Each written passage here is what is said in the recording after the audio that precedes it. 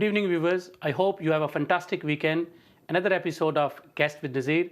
We are honored that we have a special guest today who has done a lot of community work, and in his professional life, he's an accountant, he's a community activist. Welcome to our show. Thank you. Please tell us, our viewers, about your early days. First of all, thank you very much for inviting me here today. Your team, Sheffield Live TV, is doing a tremendous job. Well done to you and well done to your team. Thank you. I arrived in UK at the age of 4, first time, because our ancestors came in mid-60s, majority of them, and the reason was, as you know, it was economical migration. And when they arrived here, they faced many issues, i.e. the language barrier and the culture, the religion and the society. However, the host society was brilliant, and they have, with open hands and open arms, they have welcomed us here from all over in Asia. And when I arrived here first time, I was 4 years of age. My parents kept visiting Pakistan. Every year they took me back to Pakistan, right up to the age of 9. And then they left me in Pakistan. My father was in UK, my mother was in Pakistan looking after other family members. I stopped in Pakistan for almost 7 years, and then I came back into UK when I was 16. Please share your views and your experience about Pakistan, and which school you attended and how you dealt with the day-to-day matters. Let me tell you, Mr. Nazir, that when I was studying, when I was in the first school in UK, the teachers at the time were pressurizing my parents not to take me to Pakistan. They wanted me to study here because they could see the potential in me at the time. And I was only 4 or 5 years of age. These were my early days in UK. Anyhow, due to family circumstances, I was in Pakistan. I studied there for 7 years. I did my matriculation, which is almost as GCSEs in UK. But when I arrived in UK, I had immense problems because I missed the important years of education, i.e. the GCSEs and A-level age. So I had to take a vocational route. At the time, it was a BTEC route. However, I completed my HNC and HND, and then carried on studying AAT and also ACCA. Even though in the final year of ACCA, I was extremely busy in my own practice, accountancy practice, so I couldn't finish it. However, I employ chartered accountants, certified, qualified accountants with me in my team at the moment. But we have all the opportunities in UK. Maybe these opportunities do not exist in Asia. And the host society has provided us with all the opportunities in the world. We can openly take part in politics. We have members of parliament. We have members of House of Lords. We have people in media like yourself. So the whole host society has given us all those opportunities, which many unfortunate people in unfortunate countries do not have those opportunities. We'll talk about the UK's life, but we want to go back again to Pakistan. So which school you have attended there? I studied 3 years in federal government school in Rawat. Okay. Right up to the 8th class, which is a secondary education. After those 3 years, I was moved to Mirpur, Azad Kashmir. I completed my matriculation in Mirpur, and then I also joined the Mirpur Degree College. I was there for 3-4 months. With the subjects, even then at that time I wanted to go into accountancy, so my subjects were accounting, mathematics and statistics at the time. However, I couldn't complete education over there because my father had fallen in UK, so we had to come back to UK. That is the basic education life in Pakistan. Because you have qualification here in this country and you have experience of studying in back home in Pakistan. So how you see the both education system in comparison? Mr. Nazir, I had an opportunity to welcome some of the teachers. When I was in school, in college, in my early days in UK, there were student exchange and also the teacher exchange programs in UK. There were two teachers who I dealt with because I was given the responsibility. I could speak their language, fluent Urdu at the time. And their result after their visit of 4 weeks was that people in Pakistan are very intelligent. Even though they don't have the opportunities, they sit on the floor without any furniture, on a piece of cloth. They practice their writing on a piece of wood. But despite that, they're very intelligent and very hardworking people. And I admire those students and those people in Pakistan who study from where they've got no facilities whatsoever, and yet they complete their degree level and go into higher education. People in Pakistan, they have tremendous skills over there. So which year you set up your own practice? I set up my own practice. If I can briefly tell you, in 1992, I joined an apprenticeship scheme in an accountancy practice. I was there for 2 years on that scheme. In 1994, I was offered full-time employment. And then 7 years I spent in employment. In 2001, I started my own practice. In 2010, I gave it a new launch with a new name. And thank God, today I have a wonderful, successful practice in Yorkshire. So what is your practice called? It is called ADG Accountants. And do you take any apprentices who are enthusiastic about the profession? We are working with schools on work experience programs. We also work with the local college and universities and some other training organizations where they send their students to us. We provide them training starting from work experience from 2 weeks to 2 years. And this is our input back into the community. And what are your thoughts about the contribution towards the charity work and the community work which is done by a profession, and people like you who are contributing, like your club is working hard for the community projects? So tell our viewers about your ideas and your club, how they're dealing with the community projects. Our original programs starting from 1992, because we were in college them days and in university, we found many gaps in the societies. So we set up an organization called PKUF, Pak Kashmir United Forum. And the main aim of that organization was to bring diverse communities together. And from them days, we used to organize celebration events, i.e. Eid events, Baisakhi events, Diwali events, Christmas parties.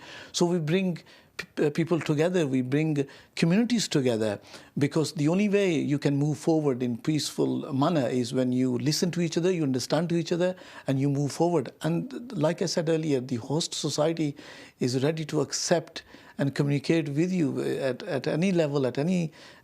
we know there are problems, unfortunately, in the world, and we all are worried about these problems. However, going back to basics and coming back to our own home, which is England, we should all play a positive role to bring peace here. So in terms of your club, Pakistan Club, you're a very active member, and I believe you have some role there.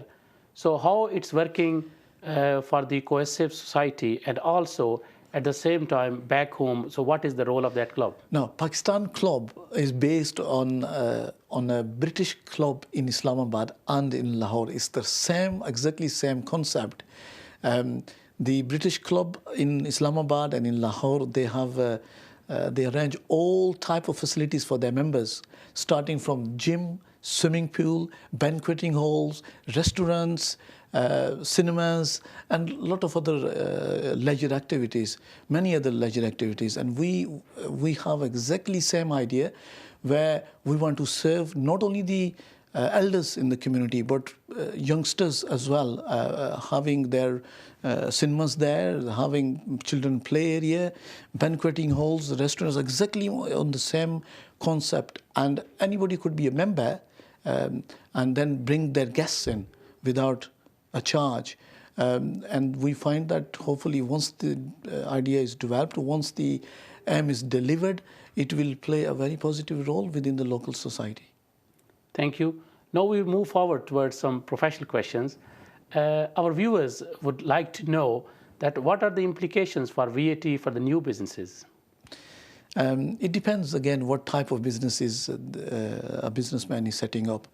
The most complex area of VAT is on properties, the option to tax, etc., etc. However, at this moment of time, if a business is approximately earning a turnover is £1,500 per week on average basis, they must register within 60 days for the VAT. The threshold is £83,000.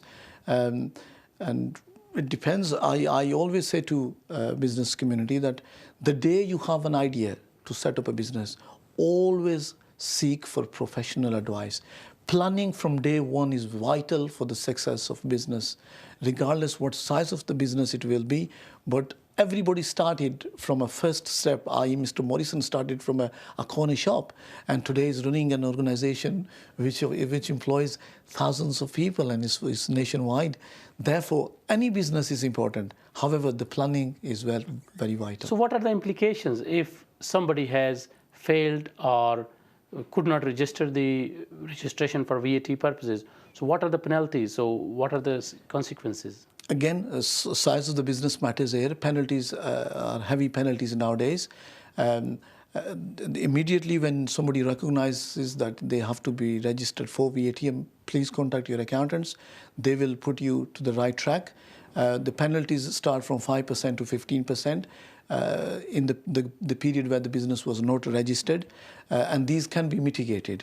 Therefore, the important point is straight away contact your accountants and they will guide you properly. And what is the course of action if somebody is subject to VAT investigation?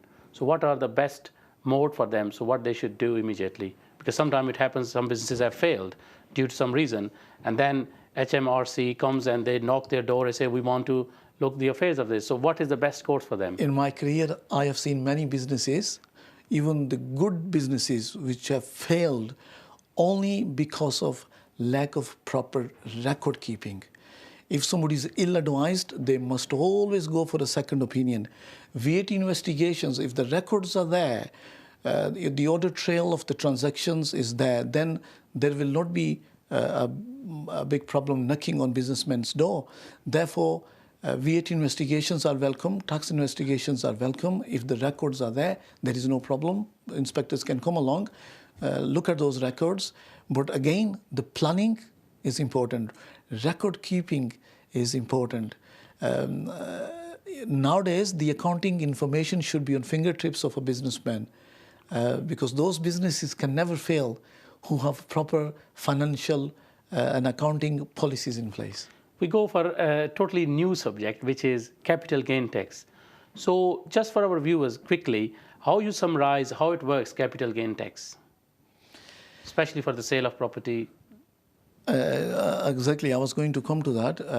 Any asset, even a share, when it is sold, if the gain is more than £11,500 per annum, it becomes taxable.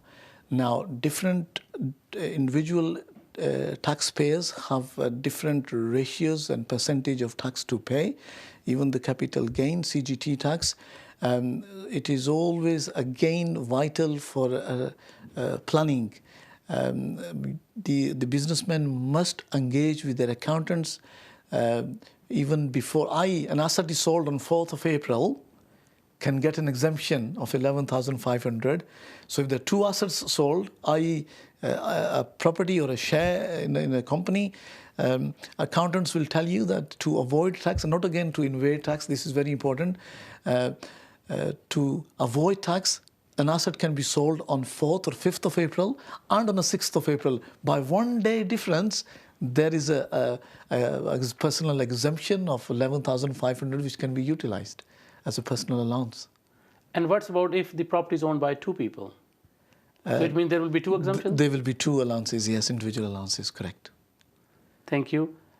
So for the new businesses, what is your advice for them? If while we were talking about capital gain tax, there's one important factor which is affecting the Asian community, especially the Asian community, because in our religion and even our culture, we don't believe in inheritance tax, i.e. tax after death. that is hitting hard our communities, our Asian communities, because in mid-60s, majority of our ancestors, when they came here, majority of them were under employment. If there were some businessmen, some people who went into businesses, small businesses, they've developed their estate into millions, and in fact, multi-millions. Because they never believed in tax after death, and their next of kin has to pay up to 40% tax to get their estate. So therefore, the potential bombshell on our community is on our doors. Therefore, through Sheffield Live TV, I urge the business community, and especially the Asian community, to contact their accountants who can organize their inheritance tax planning even from now, because that is something which I can see our community trapping into heavily. Because now we are moving forward very quickly towards end, so we'll ask some rapid fire questions from you. Yeah. Your favorite food? Now, that's my secret. I don't want to reveal that secret. Only my wife knows that. Okay. I like biryani. Biryani, chicken biryani especially, is my best. That was just a joke. Your favorite player? Short favorite player? Your favorite player? In football or in cricket? Any game. It's of course cricket. Of course, it's Javed Miandad. And your favorite place to visit?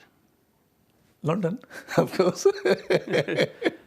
I want to visit the Westminster House because we are a major player in the world, the Great Britain, and the mother of democracy, the Westminster House, has a name to itself. So that is my favorite place to visit, by the way. Okay, that's quite interesting. So, how you see that people living here in this country can play a very vital role, people living in third world countries, especially contributing towards the charitable projects, education, clean drinking water. So how you see this? Mr. Nazir, in the history of the world, whenever and wherever the two cultures meet up, there are bound to be problems. Our first dilemma was, and we have as a community almost succeeded in it, where the two cultures had met, the Asian culture and the English culture. There were many problems. However, people like yourself, who have played a positive role bringing the communities together, we've almost resolved those problems. However, there are issues, i.e. the Islamophobia, which we need to get out there and convey the right message and the positive message, what our religion is. Now, coming back to your question about third world countries, any countries who are richer wealth-wise, they should contribute towards the poor nations. And I always believe in education. We have a role to play in third world country as a British nation, being a British. It is my duty to look after those people who are unfortunate in many fields of the world, i.e. the education, the poverty, etc., etc. And what is your message for our viewers? My message is, like I said, we have to live in peace in this society. We know there are problems internationally, but we don't have to bring those problems at our doorstep. These are very worrying times. I have heard many people saying that we are heading towards third world country. Now, the United Nations and the major nations, i.e. Britain and America, have to play a role to bring peace in the world. And we as individuals have a role to play on our street levels to bring people together and eradicate any misunderstandings between the communities. Thank you. Viewers, I hope you have enjoyed today's episode. And this was exclusive interview with Raja A.D., who is an accountant. Thank you for joining. Thank you for inviting me.